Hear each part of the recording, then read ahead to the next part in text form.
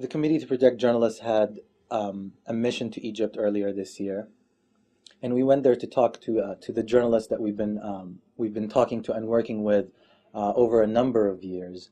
And Egypt just underwent a massive transformation in social, political terms, and this has had many reflections on the media. Eyewitness journalists being able to write about certain issues that they'd never been able to write about in the past. And that's a very positive development. However, much remains to be done in a place like Egypt.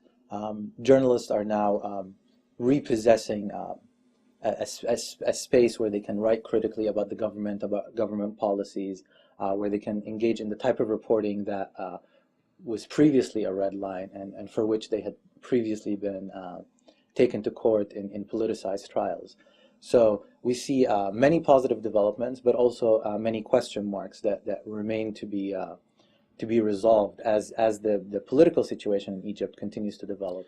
In the coming months, CPJ plans to collaborate with local partners, be they journalists or press freedom advocates, to work on a number of very important issues that media in Egypt and in the Middle East at large are struggling with. Chief amongst those is seeking justice and redress for the most egregious violations that took place in the most recent unrest in Egypt in both January and February.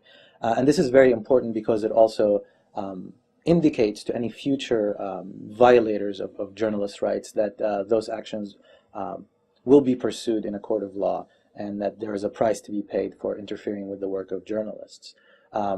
Another important issue that we will be working with our local partners on is to bring CPJ's global perspective and global experience to help journalists identify both challenges as well as opportunities in the coming months as Egypt transitions from the old regime, as it were, where censorship and obstruction were the norm, to a new era where journalists can work freely and without impediment.